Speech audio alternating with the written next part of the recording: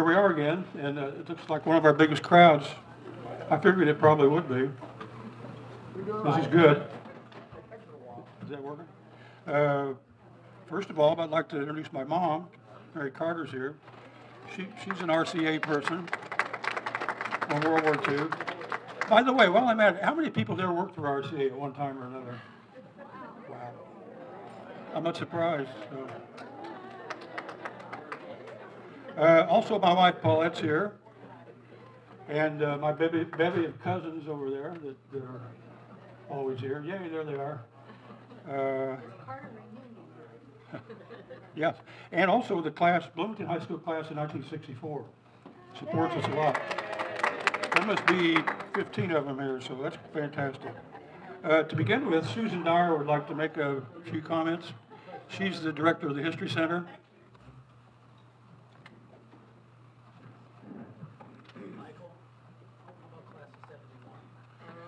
Kudos to the class of 71. How many class of 71? All right, there we go.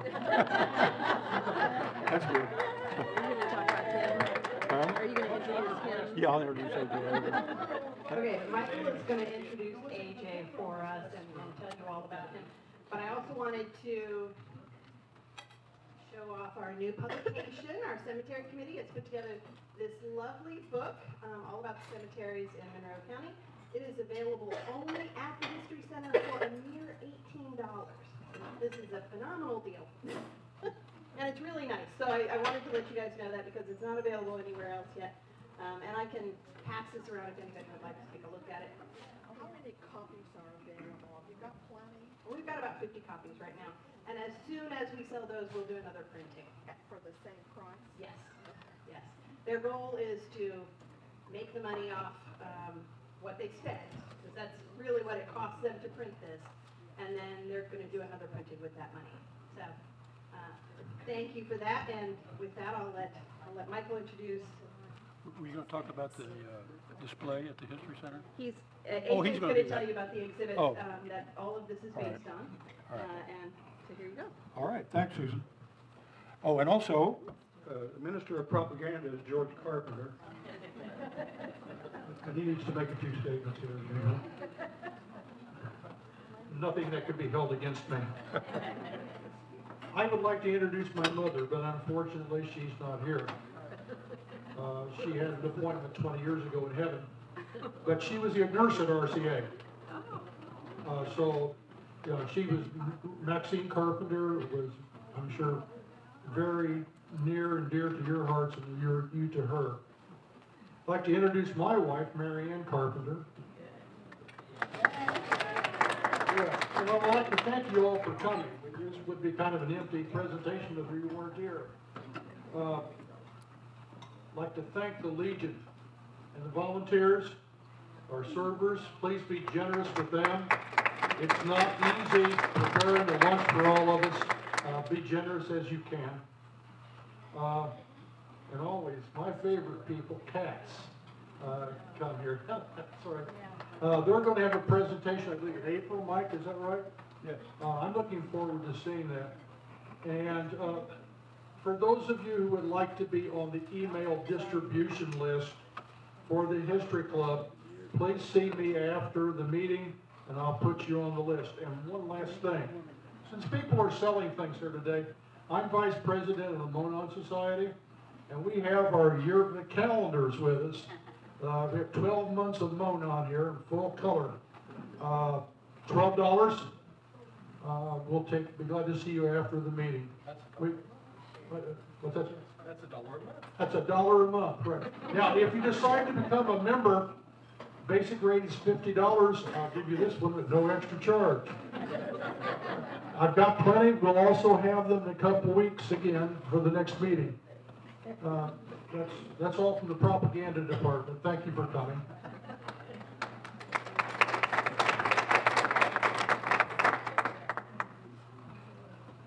I got mine for free, George, so thanks. But probably shouldn't have said it, yeah. Have you talked to Paulette lately? So I'm going to make a list of the future programs coming up. We're booked all the way through November, which is kind of amazing. Our next program. This, of course, is a bonus program. This is stuck in the middle of the month because I thought it was so important to get this in. But we're going back to our regular schedule starting January 29th. Diane Dayhuff and Randy Richardson will give a detailed program on the CCC, the Civilian Conservation Corps, and how it functioned during the Great Depression. And that's going to be an interesting subject. February 26th, and it so happens February will be our 6th anniversary. We started with 6 people in February of 2013. And so you can see how it's grown since then. But Carrie Beam, the director of the Wiley House Museum, will give a program on its history and an update on what it has to offer. March 26th, our own George Carpenter right here, who's an expert on the Monon, will give a program on the history of the Monon Railroad. And I really look forward to that too.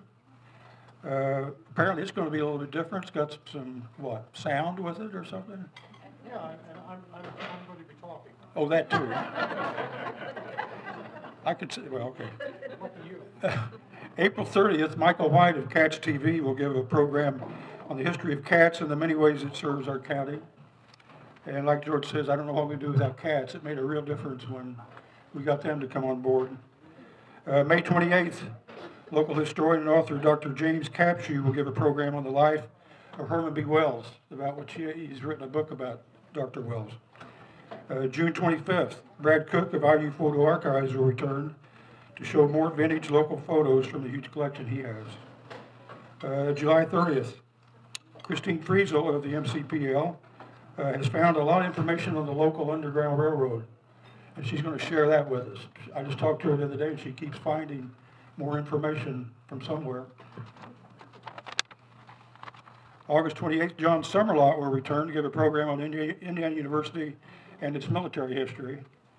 September 25th, this will mark the bicentennial month of the First Presbyterian Church in Bloomington. It has a long history, and local historian Owen Johnson, who did our Ernie Pyle program, is going to give that history. October 29th, Randy Richardson is going to give a program entitled Randomly Selected Stories from Monroe County's Past.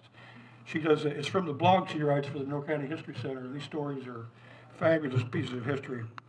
And November 26th, Derek Ritchie's going to return. He was just here a short time ago to show more of the vintage photos we scanned from the negatives at the Herald Times. Herald Telephone back then. So that brings us to today's program, and the title of it is Women in RCA, From the Home to the Factory. For over a century, women and men in Monroe County, for the most part, served in the traditional roles of men out in the field or business, and women at home taking care of the family. With the onset of World War II, the structure shifted dramatically. With a large number of men overseas, women had to take up both roles. RCA set up shop in Bloomington in 1940 and changed the whole dynamic of the county and the region. Women were given opportunities to support their families, neighbors, and country. While new opportunities offered paths to independence, women still had to uphold RCA's feminine ideals, such as they could not be married and had to be dressed in a certain way while working on the line. This presentation aims to show how women contributed to the war effort, took care of their families, and shaped the identity of post-war World War II Monroe County. The presenter is J Gianopolous, and he presides over the exhibits at the Monroe County History Center, and he's worked long and hard on this, and so I'll let him do the program here. AJ?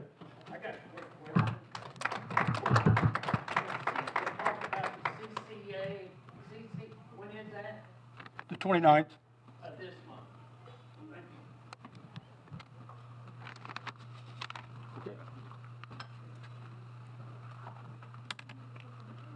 Hello, everyone. Thank you for having me. I've been here a few times and have seen the program lineups, and the Monroe County, history storytellers come up here. So to be able to share this with those people, it does mean a lot, and hopefully I can present a good presentation for you guys. All right, so first, I'm from the Monroe County History Center. Personally, okay. Yeah, you almost have to eat that mic. Okay, can you hear me now? Okay. So I'm from the Monroe County History Center. If you guys don't know where we are, which is kind of a problem, We are right across from the library, and if you like cookies, we're right across from Baked. So keep that in mind. If you say old library, they'll know what that is. Yeah, the old library. So while I have you here, I kind of want to take the time to plug an exhibition that we have coming up after Women in RCA, and that's the Michelangelos of Monroe. So this exhibition aims to tell the stories of the carvers that took the limestone taken from Monroe County quarries and turned them into beautiful works of art. Their artwork symbolized the struggle, strength, and pride that the limestone industry brought to Monroe County. A lot of the early carvers were European immigrants, and then they started to teach people who were native Bloomingtonians. So you see this real shift or transfer of skill. I believe that has a lot to do with Monroe County history. So that opens June 8th, and so hopefully you guys will be able to make that. Also like to take the time to plug our annual gala coming up February 15th. On the eve of Indiana University's bicentennial, the History Center is excited to honor the special relationship and shared history between Monroe County and Indiana University. And with an eye toward the future, we will celebrate the best is yet to come. This year's program features speaker Lori Burns McRobbie, the First Lady of Indiana University and founder of the Women's Philanthropy Leadership Council at IU Foundation. Sylvia McNair, a two-time Grammy-winning opera singer, will also perform. We'll have a silent auction. Tickets are $75 a piece, and if you want to sponsor a table, that's $700, and that's a ticket for 8 people and a $100 donation. So now why everyone's here. Women in RCA. So I kind of want to explain why we wanted to do this exhibition. Like I'll mention in a bit, several industries have been catalysts to Monroe County history. Certain institutions, corporations, and RCA is definitely one of those, if, in my opinion, not the biggest influence. Their arrival in Bloomington in 1940 marks a shift from the early modern Indiana of the early 20th century to the postmodern world of post-World War II. What's different about RCA is that the vast majority of their employment were women. And I wanted this exhibition and presentation to be a way for the community to think and reflect on what kind of impact does that have on a community. What does it mean to see your mom come home from working a double shift on a Saturday, or seeing your grandma or hearing your grandma talk about working on the line, or your sister, wife, or neighbor? You know, did you take those lessons and pass them on to your own kids? And so at the end of this, and pretty much half the room raised their hand, I'd love to hear your stories about, you know, what do you think, you working on the line or seeing your mom, or kind of what do you think, how did that impact the identity of Monroe County? So I'm going to take the time to kind of tell the story, and then at the end, I'd really like to open it up and just hear what everyone here has to say. So early industry, limestone is definitely number one. It's the biggest and most well-known industry. It fueled the county's growth for much of its first 100 years. But it was a very dangerous one, and women were not allowed to work in the quarries. Men died all the time from accidents, but there was always somebody willing to step in, especially when the quarries started to get thin after the Great Depression. Other than possibly working in an office, women, you know, just weren't allowed to work there. Even as we're doing the research for the limestone carvers, it was all men as well. So it kind of, women are just barred from this industry altogether. It's also too important because RCA will have a role in employing people of color, that people of color weren't hired in the limestone industry as well. Because I've read that, you know, men would just sit outside the offices waiting to get a job, and if it was a line of white men, they weren't going to give that to a person of color. So we'll kind of see how RCA helps in that as well. Let's see. So that's just another photo of a limestone quarry. Showers Furniture is the other one, kind of the big main industry. Started in 1868, Williams and James Showers bought their father's cabinet making business, and they grew it into what somebody said the biggest furniture company in the world in 1913. They built everything from sofas, chairs, tables, desks, whatever. But they brought a lot of recognition to Bloomington. And they also offered a safer career than what you can find in limestone. But they're kind of one of the first industries to hire people of color, even though if they were put into the worst working conditions, the most dangerous jobs. There's still an opportunity not afforded anywhere else. But we'll also start to see Showers starts to hire women as well to do these blue-collar jobs. And so they're kind of the first ones that take women, give them an opportunity to leave the domestic household and pursue a career. And on this photo, I'm not sure if it's World War I or World War II, but you can see this guy's dressed in a sailor's outfit, and a bunch of women. World War II? Is that what people? Okay. And then you can see showers because of the building up there on the top right. But at the time, showers really only employed about 20% of women in their workforce, with most of them working the office jobs. But now it's kind of important to talk about the state of women in the 1920s. So after World War I, before World War II, things were changing. Women were at least graduating from high school. They had a high school education. They made up about a third of all college students. But society was kind of telling them, once you finish school, your job is to get married and have kids. But during the 1920s, you start to see this kind of new young single women, often symbolized by short skirts, bob haircuts, and the rebellious acts of smoking cigarettes and drinking. So flappers and it girls got their name from the popular movie It, which Clara Brown plays, or Cara Bow, plays a young shop girl with relaxed attitudes and a love of dance and jazz. But this is kind of how the picture is painted for the country as a whole, but I want to think, how often were girls dressing up like this in Bloomington? Because I don't think a lot, because really only the upper class girls might have been able to afford that, but a lot of families were still in rural areas. They just couldn't afford it or had no interest in dressing like this because they had other stuff to do. But also, you start to see the Great Depression kind of kills this Great Gatsby lifestyle, and things start to change.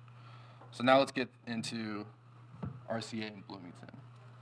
So before this, like I said, women weren't offered a lot of opportunities. A lot of was domestic, taking care of your home. You were taking care of somebody else's home. But by the 1930s, people couldn't afford to pay other people to take care of your home. So even those opportunities were limited.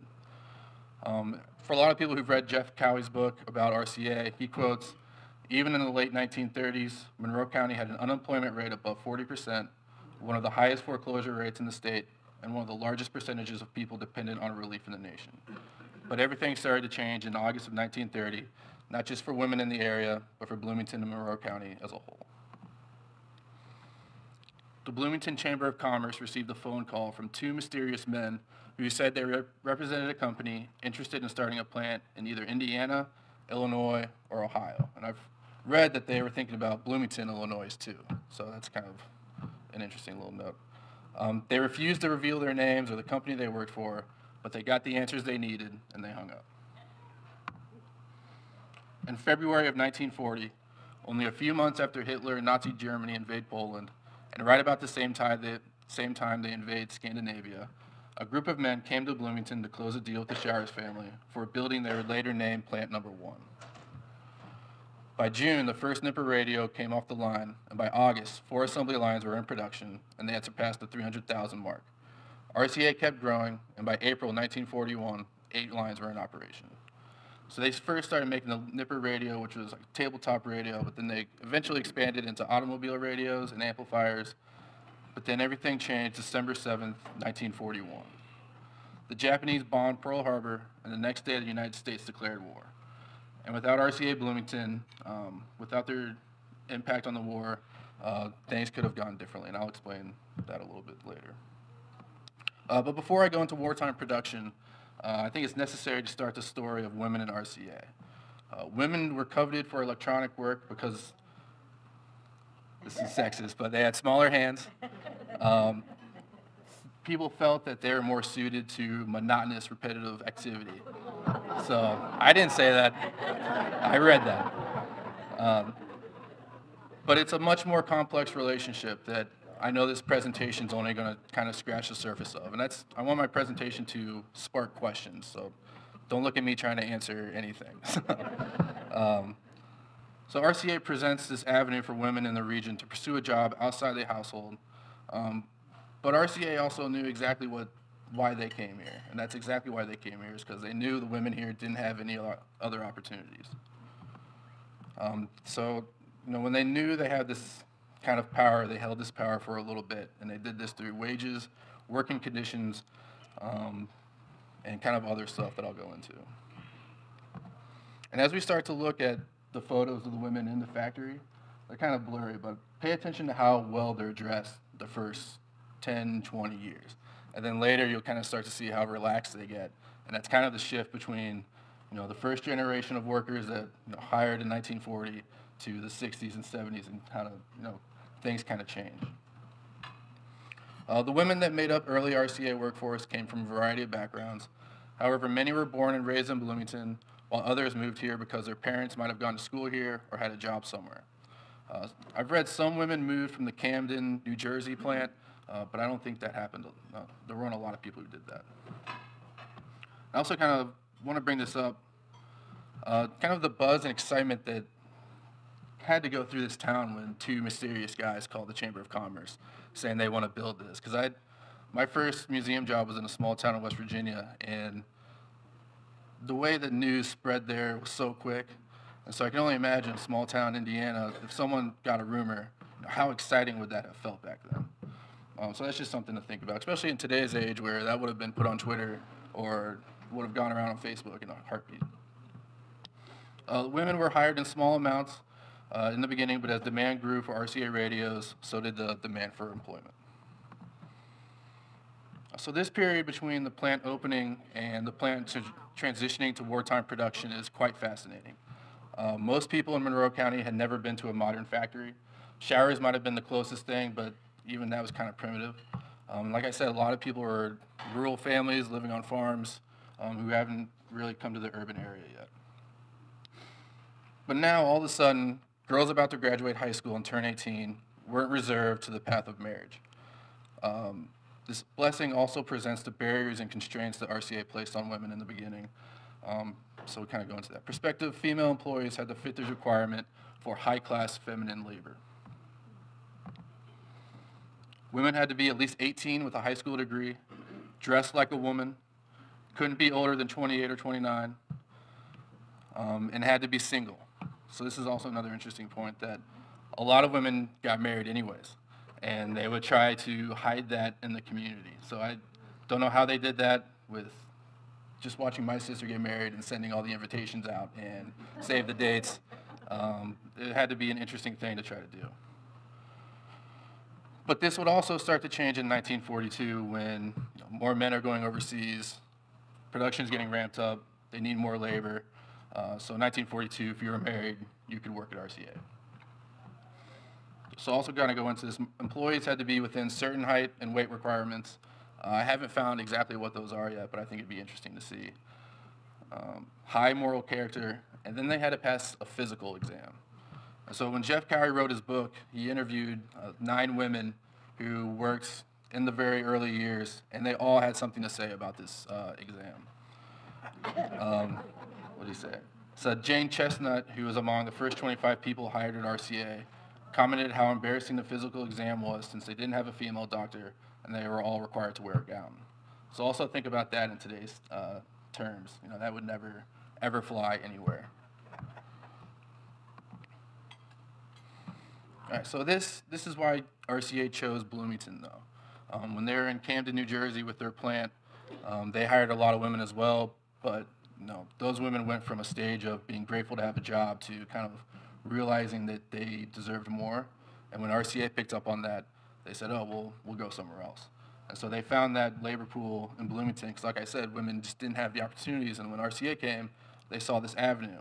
And we'll kind of see in the early years how they were just happy to have a job. And then later on, through strikes, they start to realize, we're worth way more than this. But like I said, they came here for 2 reasons. One, they could simply pay women cheaper than men, and they knew that women didn't have any other viabilities on this kind of scale. When RCA came to town, they started paying their female workers 17 to 20 cents an hour, and I've seen this figure, I've heard 13 cents an hour, compared to the New Jersey women who were making double that. It quickly rose to 23 to 25 cents an hour, so it's like $7 to $8 a week. This made it one of, if not the highest paying job a woman could get in Monroe County. So RCA knew that as well, and so if you complained about not getting paid enough, they would say, go find something better, and you couldn't. Let's see. And this will also start to change as Bloomington grows and IU starts to build up, is that women say, oh, okay, we will go get something better. But it's also interesting to know, and especially this is kind of an example of, you know, how much pride people had in RCA and how much of a familiar kind of vibe that the factory had. You know, for the vast majority, people knew each other. Like, these were your neighbors, family that you were working with. You know, there was a real sense of feeling of family. And this would kind of happen into the 60s, but from what I've read, and I'd love to hear what you guys all have to say, is that communication between the workers and management and unionization starts to break down, and this kind of family feeling starts to break down as well.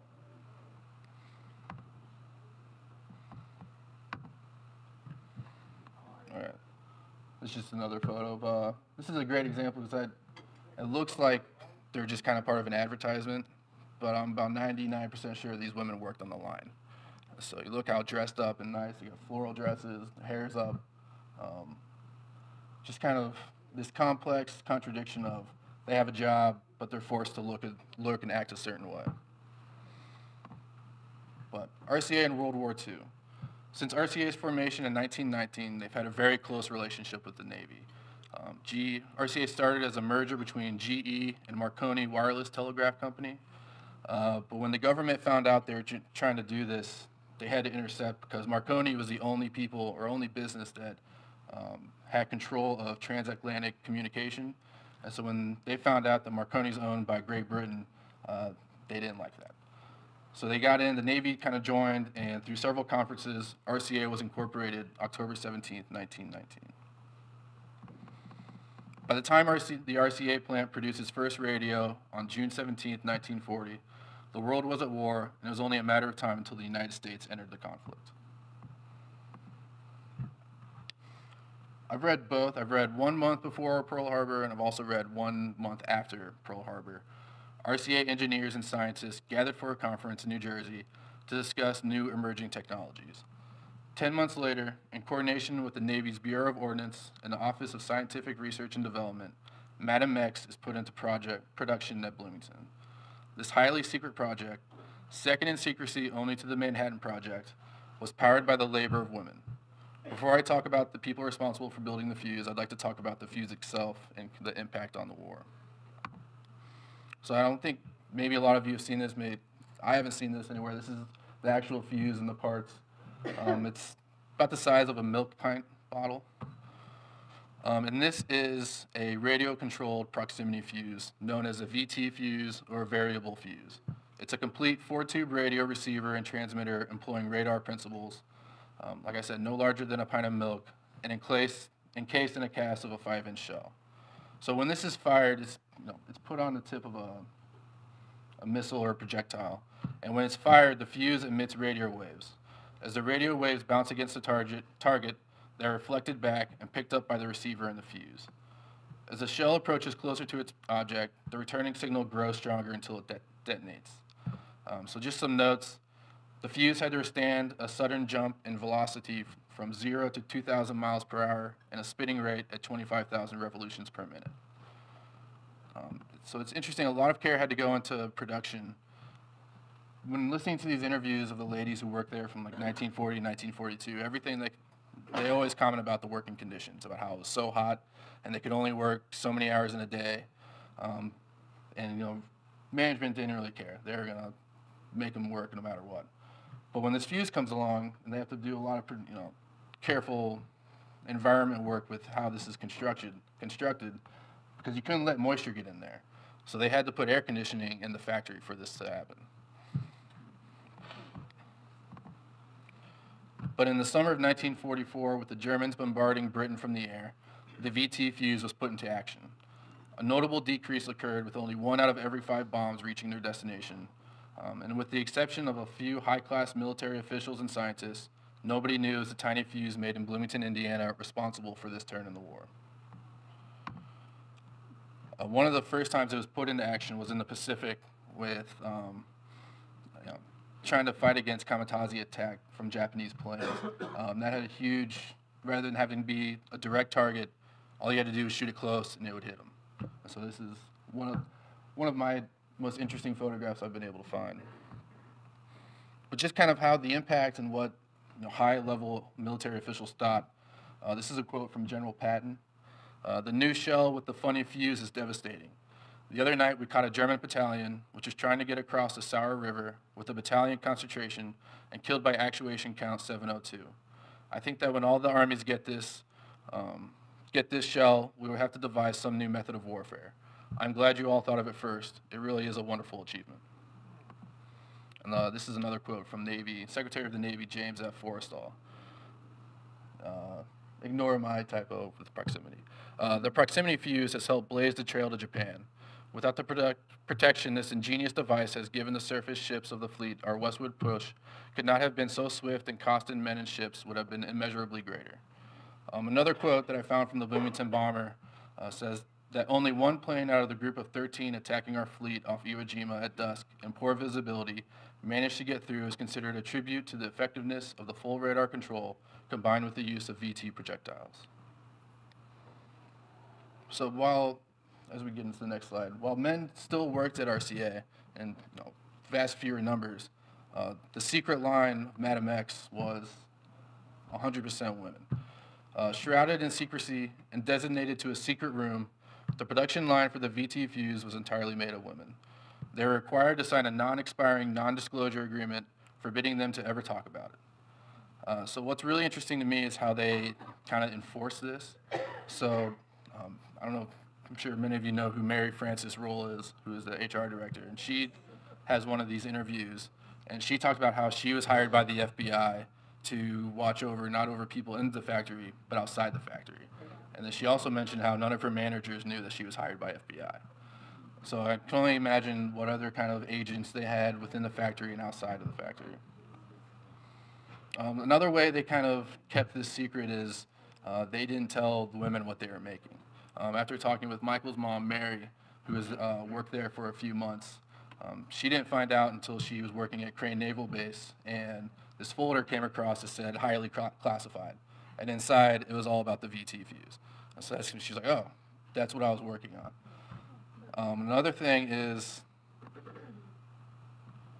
Bloomington and Monroe County had no idea until after the war, when it was announced in the fall of 1945 that RCA would get a special flag from the Navy. And for our exhibition, we do have that flag, and that will be on display. While most factories were awarded their flags a month earlier, so Showers made furniture for World War II. They got a flag much earlier. But so because of how secret this was, to protect the factory and kind of protect Bloomington, they waited to give them recognition. The VT fuse wasn't the only thing RCA produced during the war. They built radios for tanks and other automobiles, as well as fuses for other uses.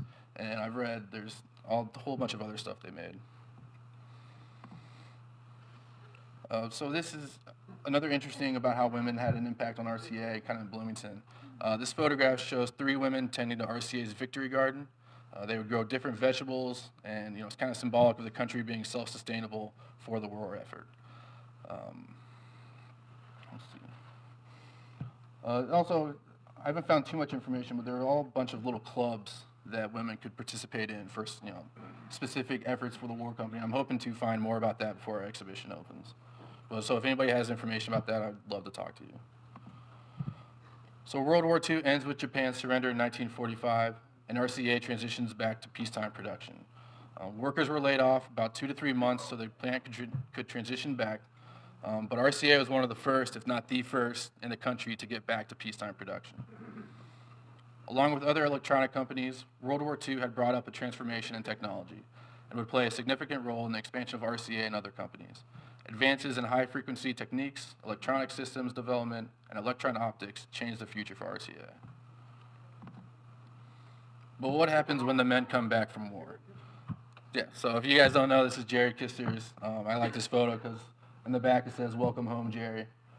He Medal of Honor recipient. I also want to take this time in our Cook Gallery, which is our permanent gallery, we are doing a military exhibition, and Jerry will definitely be talked about. But I'd love to talk to anybody that knew him, his family.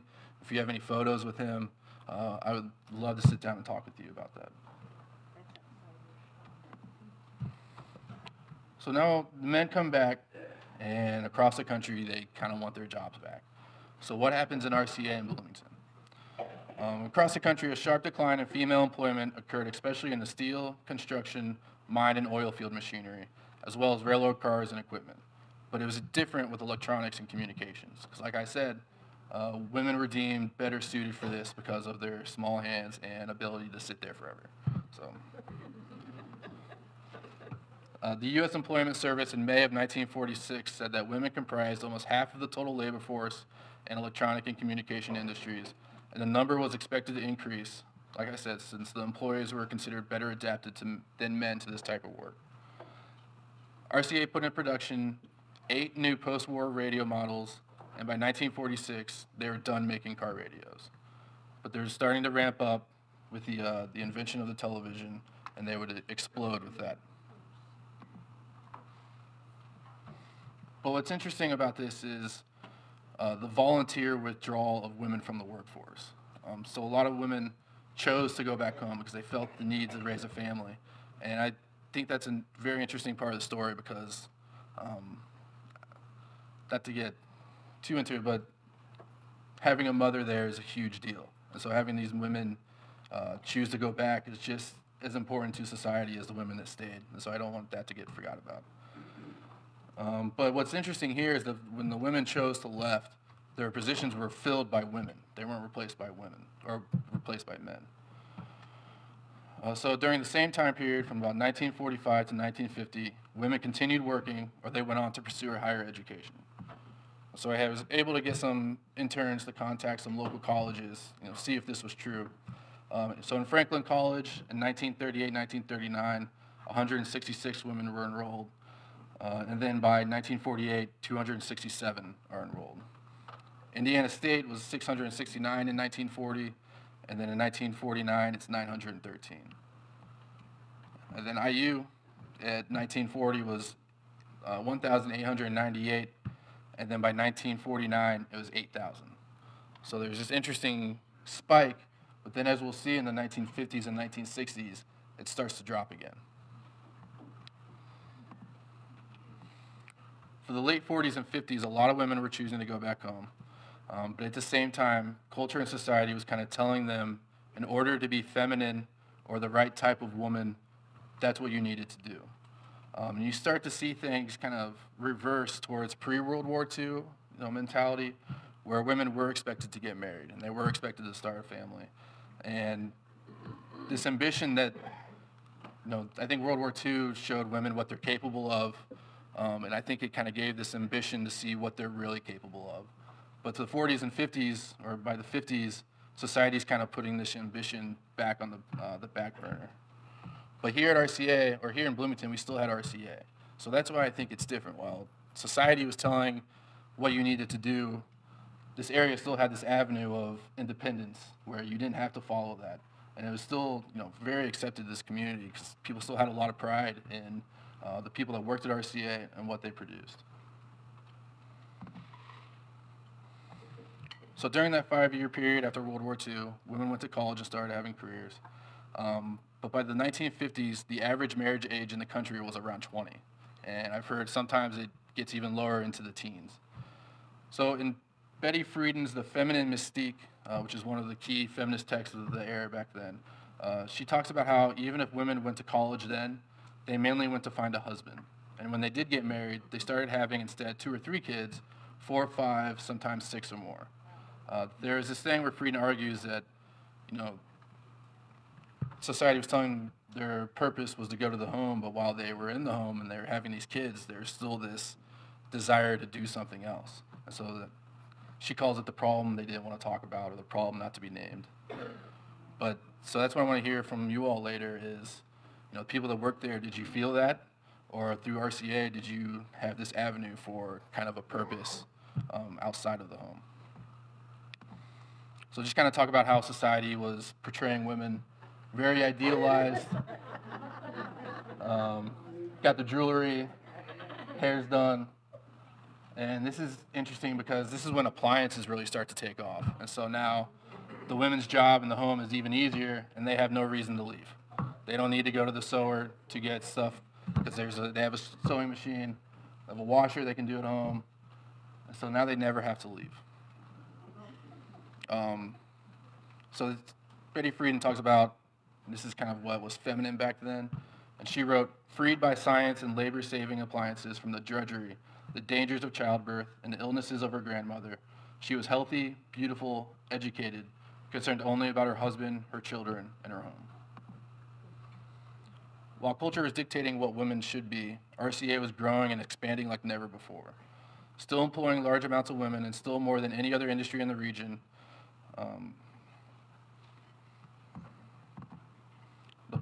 The post-war environment for the industry was characterized by two features: a more versatile and sophisticated technology and an increase in competing companies, along with a high demand from the public who had been restricted the past 5 years or so from purchasing household items that weren't a necessity.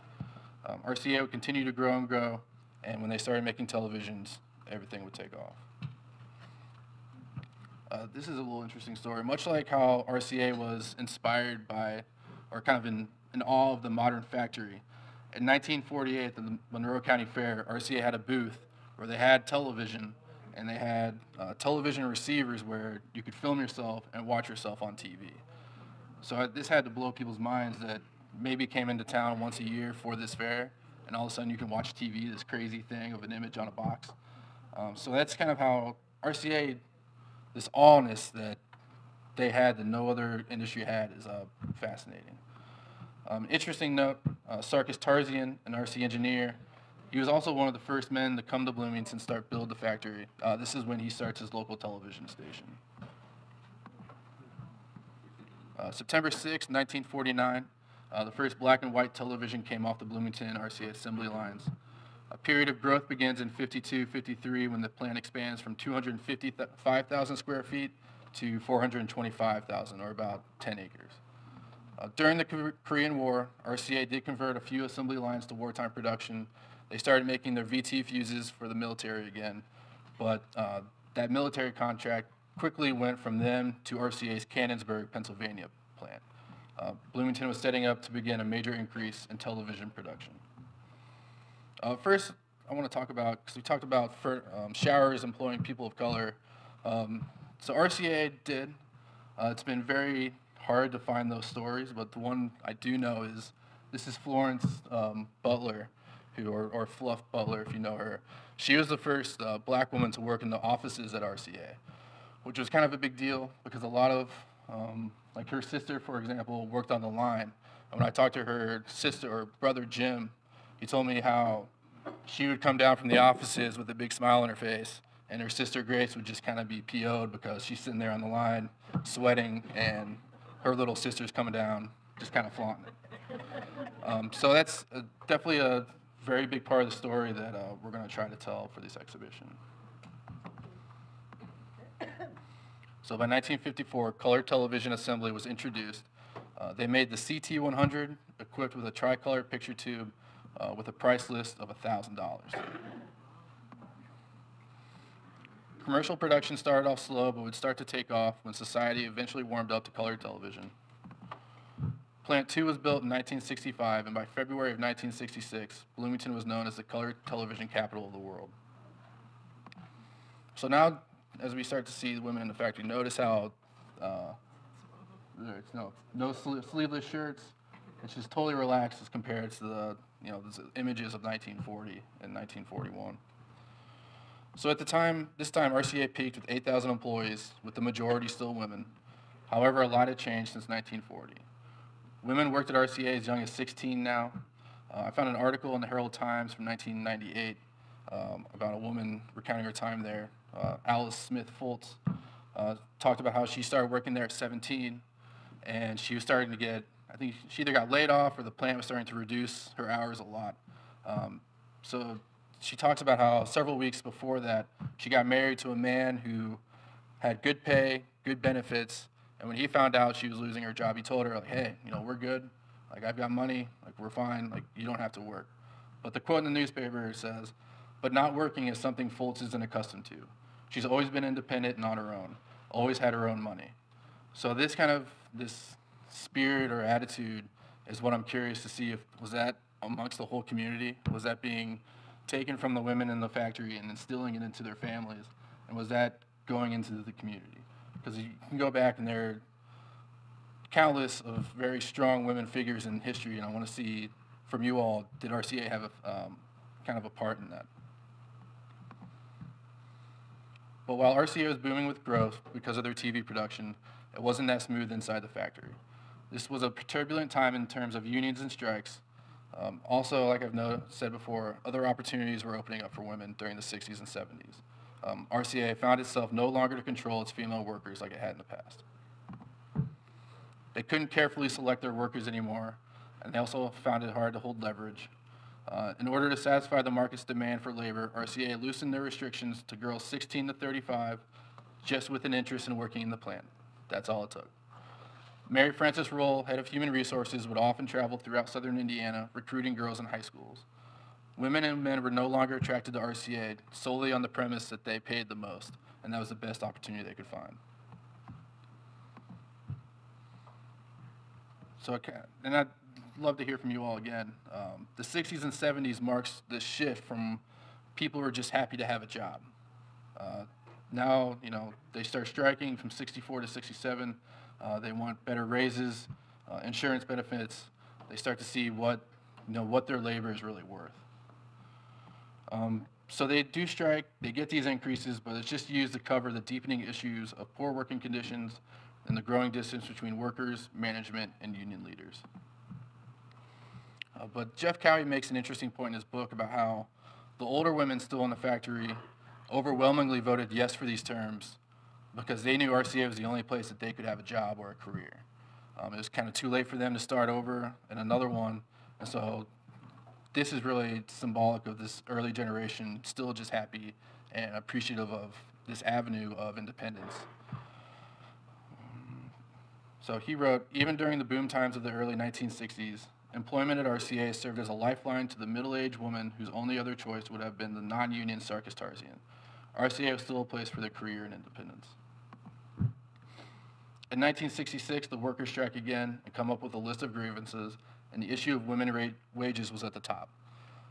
So they kind of separated their jobs into male jobs and female jobs. So male jobs paid more than female jobs, and the men who did the female jobs got paid more than the women who did those jobs. So this, so there's this interesting thing where the women that did do the male jobs were given this, and whoever worked there can kind of comment on it, they were given a sheet of paper and they were supposed to go to the payroll. But in the places that I've read, they never got paid. And so this was kind of another way of RCA kind of exerting their control that's through my eyes, but interesting to see what you guys say.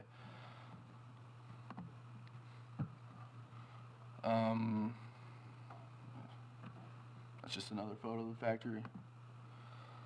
So another interesting thing about women in the workplace, by 1960, 1 in 3 wives worked outside the home, but they were part-time pink-collar jobs. So they were sales clerks, secretaries, bank tellers, and they used their income only to kind of help support the family, not take care of it. These professions weren't ones that you could really enjoy promotions and rise up. So once again, what's going on in the country is still different than with RCA here.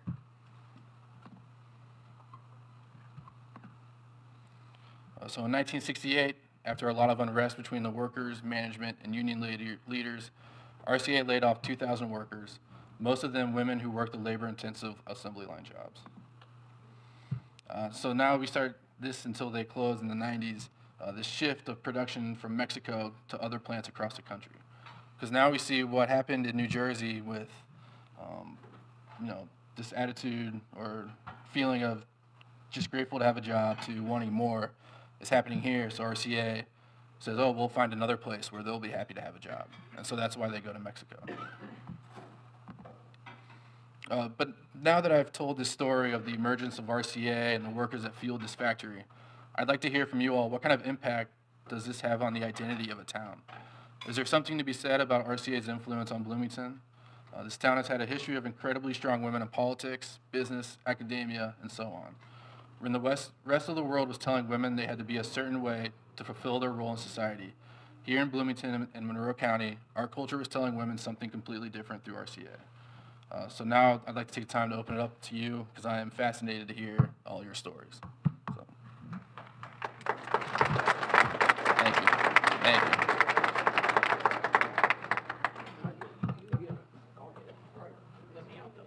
Betty. AJ, it is extremely important to put this timeline for RCA into a historical context. No women anywhere were welcome to sign loans, buy cars, rent apartments without being Mrs. Somebody. Right. Yep. Am I wrong? No. So it isn't as though RCA, you know, had all these things. The society Right. was totally different. And if you put the timeline of when women had the right to even get a credit card or own property or a car or something in their own name, that would help you understand. And it, not to bash men. Thank you. As a society, in order, and then now we're out of that, and they're talking about we aren't making enough children and all that because even married people are trying to delay that or not have children, and they're upset because people are coming in from other countries and doing what we used to do, having big families and having a big family life, mom at home and dad out working. We may want to, you know, rethink some of that. But to be honest, RCA was wonderful. You didn't mention that during World War II there was a portion they had mother's hours. They knew you had children if they were in school. You might have a babysitter for the youngest ones, but you would be off at home when the kids got out of school. I'll take this mic, maybe people. Yeah. I'm sorry, I'm trying to use my theater voice. You got more to say?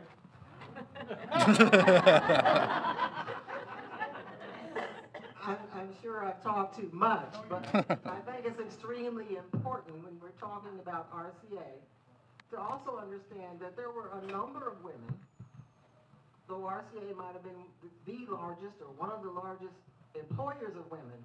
Many worked downtown in accountants' offices and department stores and banks. I worked at RCA in '64. I'm class of '64. We led the baby boom. I went in there to work in the summer before I went to IU to get money to go to college. And I'm sure some of my classmates did the same. Not all of us, but a few. And trust me, maybe they had a room that had air conditioning when they were making those parts for the military. Yeah. We were in there at 85 degrees outside using soldering irons, and I didn't use those because I was the first operator on the line, but soldering irons and generating a lot of heat. Right. So who knows what the internal temperature was in the summer in Indiana, which was hot and humid. There Right. was no air conditioning.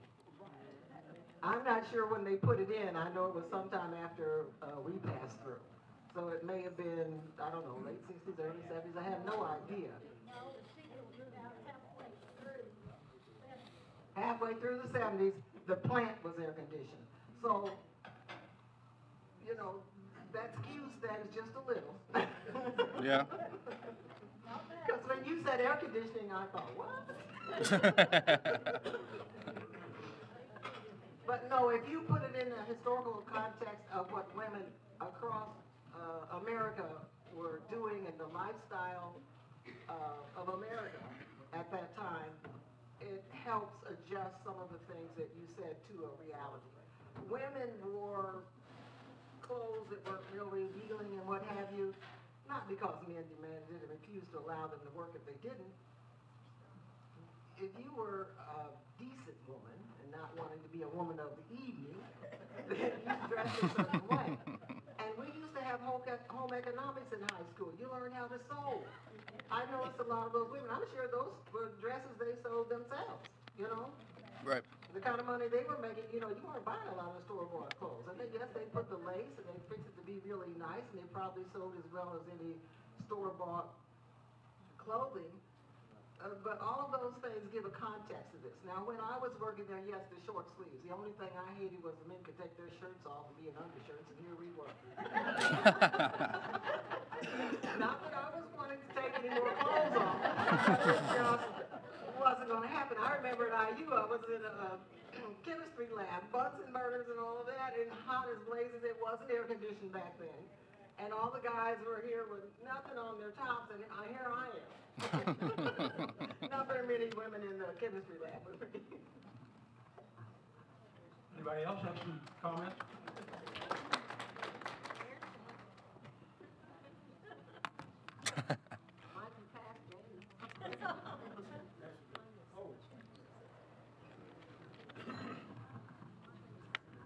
My name is Bruce Floyd, and I worked at RCA in 46, and I left in 9.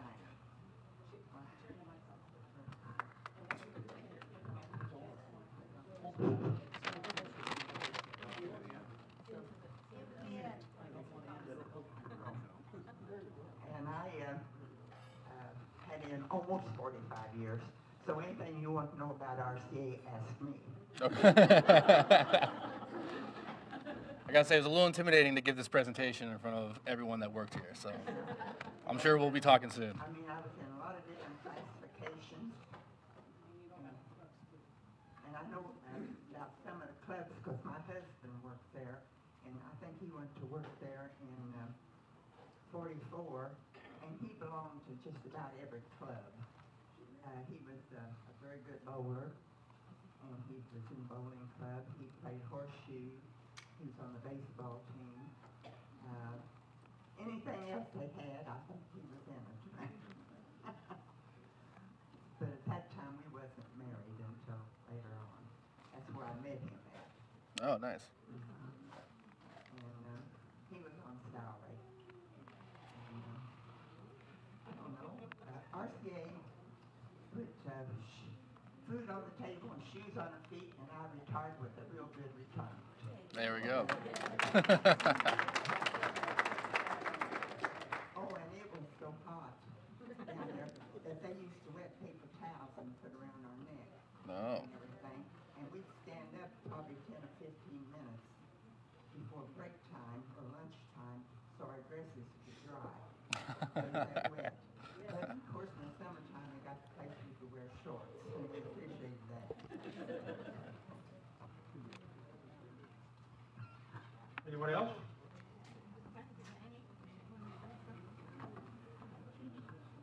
I don't think I need this, but just so all of you can hear, I worked at RCA for 33 years, but whenever I graduated from high school in '63, I went to work at Circus Tarzan, and I worked at Circus Tarzan from June until November, and they laid me off, and then I got married and moved to Texas, and then whenever I came back and realized I was going to have to go to work again, I said I'm not going to Sarkey because he only paid me $26 a week because they didn't have a union. Right. They could lay you off in the middle of the afternoon and you didn't have anywhere to go.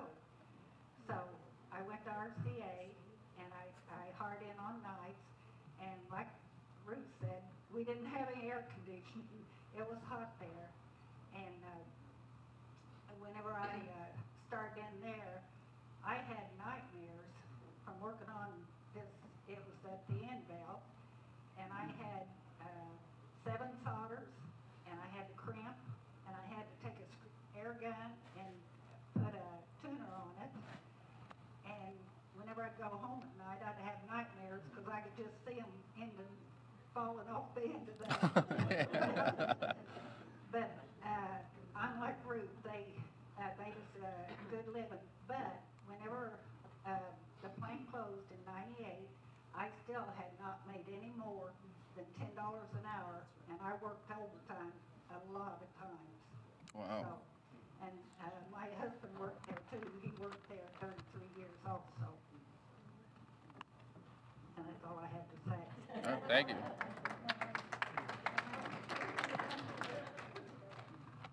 Gene Johns. Gene worked there quite a few years, right?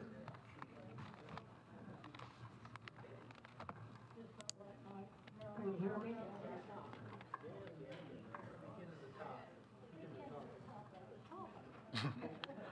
No, I would just like to say, I graduated in 1942.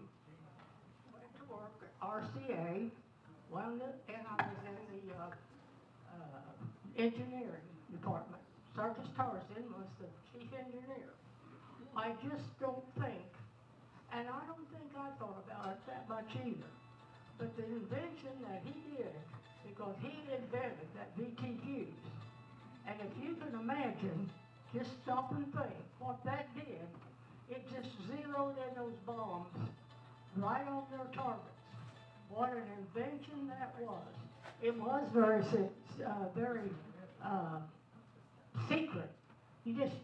People just didn't talk about it. I didn't realize it myself. And I was there for quite a few years.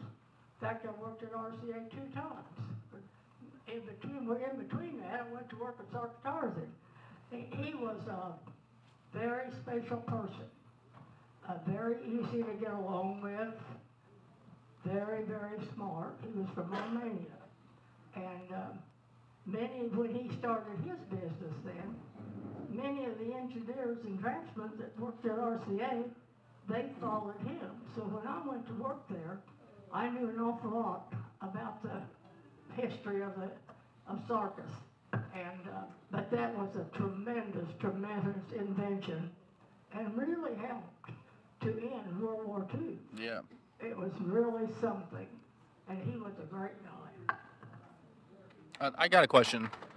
Would a lot of women go to RCA and then go to Sarkis and then come back? Was that a common thing, or was that just...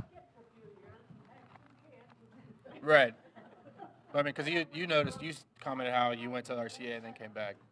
They had a line at night, so I hard in that at RCA too there and worked 1 year there. I think it's a shame if we let RCA get out of it.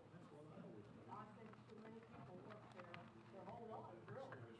And it was a shame to let them get out of it. We need it very bad. Still do. Hey, Joanne, got somebody over here. Yeah. Yes, I never worked at RCA, but my mother did, and she was one of the ladies in the picture that he showed that worked in one of the secret rooms. She had 6 sisters, and 5 of them worked there. She and her sister Irene worked in the secret room, and I can remember them talking that they couldn't speak of what they were doing, although she was well aware that it was a fuse that she was working on. And she and her one sister could speak of it to each other. But the thing that they hated the most was they had to be physically patted down when they went in and when they went out of the factory. And I remember those 2 sisters talking about that. All right, thank you. Anybody else? I'm not a public speaker, but I know that my mother will not say anything.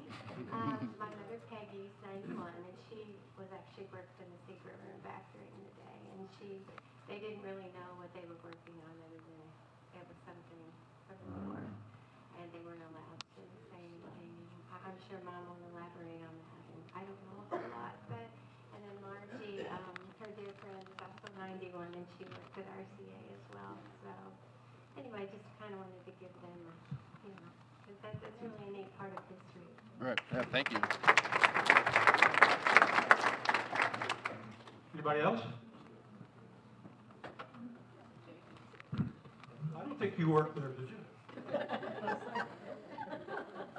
At least not. Oh, did you? Okay. I worked at RCA for 2 summers. The summer after I was a senior, and the next summer, to make money to go to IU and have more spending money. It was very hot, as Betty said. I was on the line. I was on a PC line one summer, and that was really hot. But it was very hard work, and I really appreciate those people who survived, because if I hadn't been leaving at the end of the summer, I don't think they would have let me stay, because I never really learned my job. I never held pliers before, and I saw someone teaching people No one taught me how to do it. They just handed them to me and said, do it. And I can still hear them yelling, Janie's down again. And they have to come help me catch up. But also in the men's, I was really annoyed. At the end of the summer, I got to go down to the basement for a few days and work, and it was cool down there. And the men were working down there, and they weren't sweating. There was very few women down there. Also, the men were making a quarter or so more an hour than what I was making, which really annoyed me too.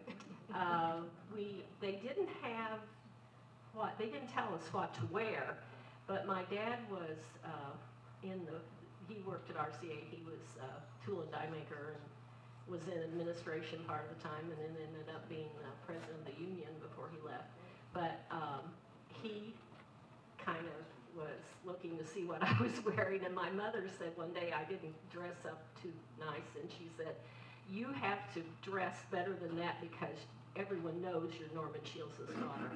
So I had my own dress code, but it provided money.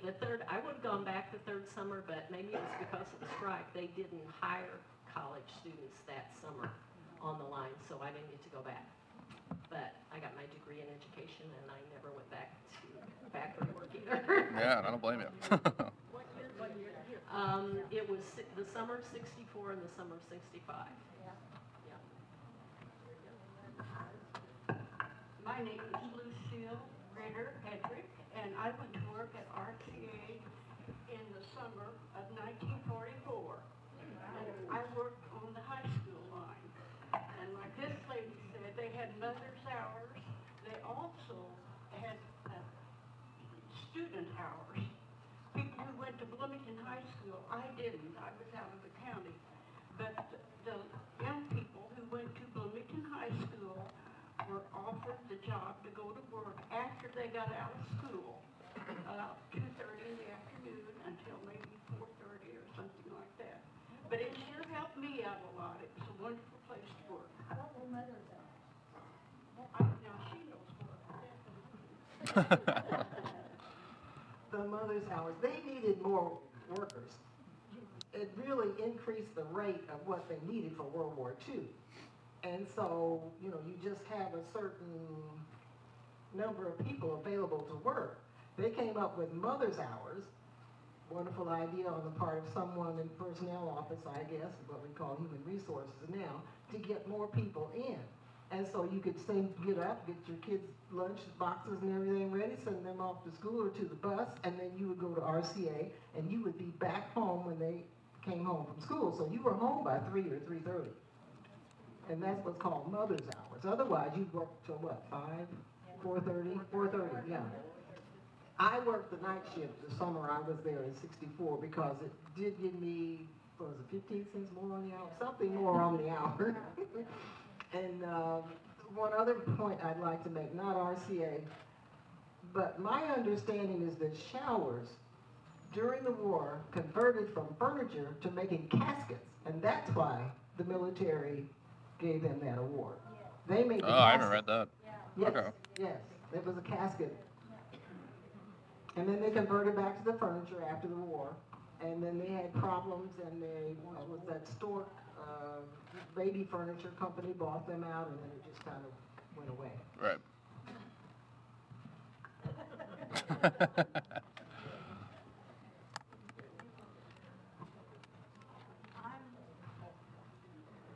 I'm Ophelia, and I'm one of those girls that Mary Frances Roll came down and got to go to school, go to work from high school.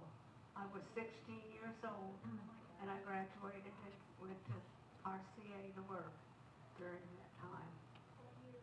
1943. Man. I think I made 40, I thought I made 43 cents an hour. But unlike Lucy, it was really God's sin. Help us all.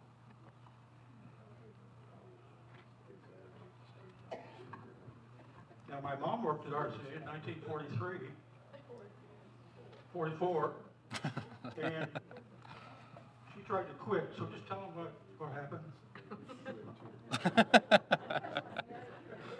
had only worked there 3 months, and I had an opportunity to go to Crane in the administration building in the office. So I turned in my resignation at RCA, and I couldn't quit.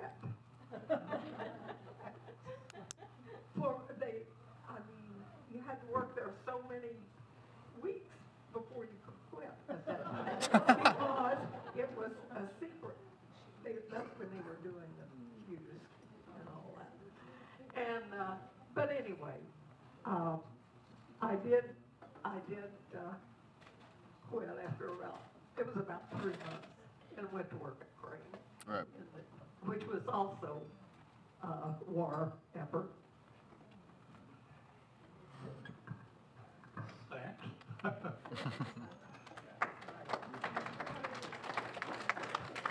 Anybody else? Wait a minute. I just want to say, as someone who just turned 65 3 months ago, that all of you women who are telling me that you started at RCA back in the 40s, and those of you who were born in the 40s and 30s and whatever, look really, really amazing.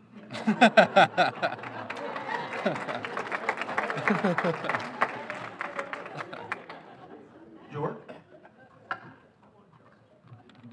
My mom was a plant nurse, and at RCA had 2 plants, one on the west side, one on the east side. I think Mom spent most of her time over in the area giving physicals.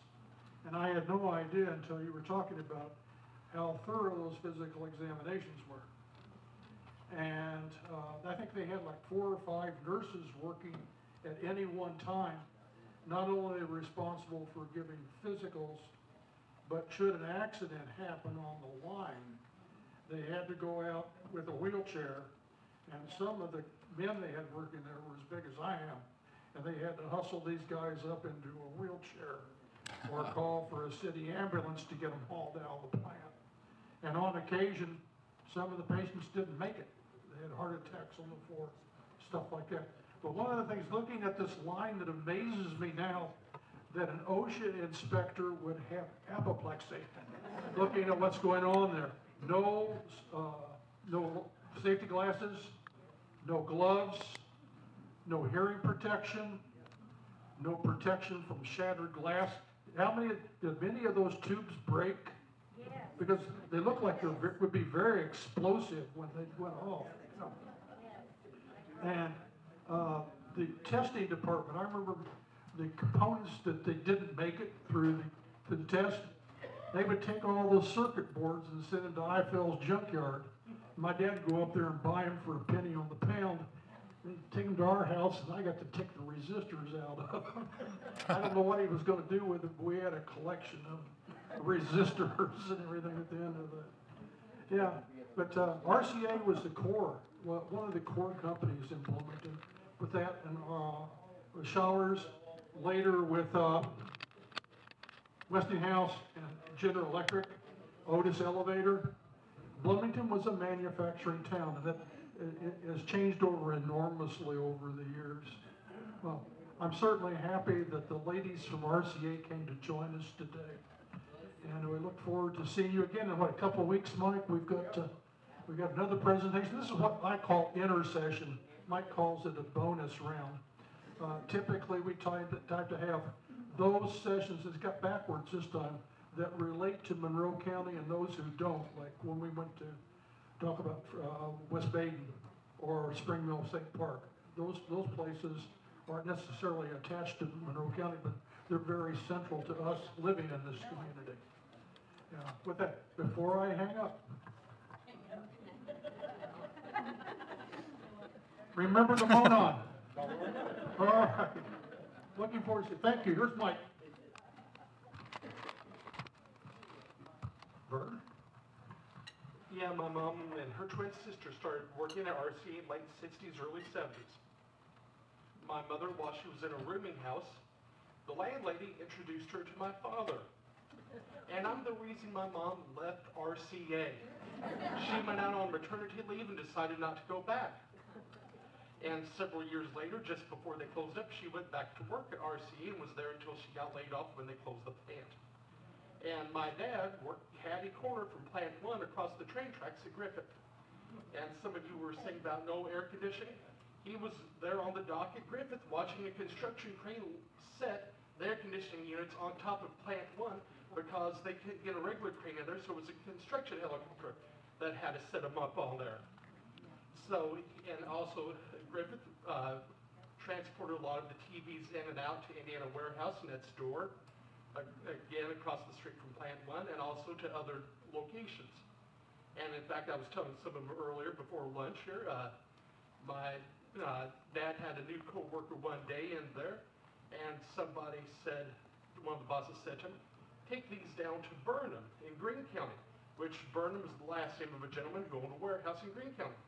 And this gentleman said, why can't I just take the trailer out here in the middle of the lot and offload it and burn it here in the middle of the lot? And one of the things was, my dad grew up on a farm, knew how to drive a tractor and with a hay wagon. And they needed to him learn how to use a semi-tractor and back into dock with these trailers. And it just so happened it was the winter time, and he was working night shift, and one of his bosses sent him over to RCA and over to Indiana Warehouse and back to their facility and said, you know how to look at where the snow is on the ground? You can find the lines of how you have to line up your truck and trailer on the tracks in the snow. So he learned how to dock a semi-truck because of RCA and Indiana Warehouse and snow on the ground. Nice. And so my mom always referred to me as her RCA baby. Thanks, Bert.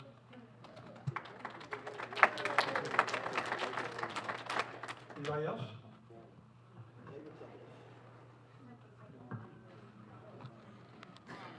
Watching the slideshow, I know Doretta, my sister, and our grandfather, Raymond Adkins, retired from RCA, and he was a foreman in the finishing department. And I can remember his stories of, they lived at Whitehall, and he and his brother Joe would ride one bicycle all the way into Bloomington to wait in line to hear their name called to try to get a job at the showers then. And he said one day they called, you Atkinson's boys, and he always laughed because they didn't pronounce Atkins right. And they got hired on, and that's where Grandpa retired. At one point, he was so good at mixing the finishes for the cabinets, they sent him back east because they were having problems with the stains and whatnot back east. And he had a lot of stories about, and when he was in the hospital, people would stop in and say, I worked for you at RCA, so he was there a long time, but it was a real positive thing for him and Grandma. So. Yes, yeah, the showers, yeah.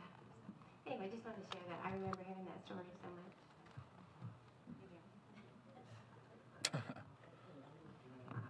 Anybody else? Does RCA still have the annual picnic? Yeah. It's still going on?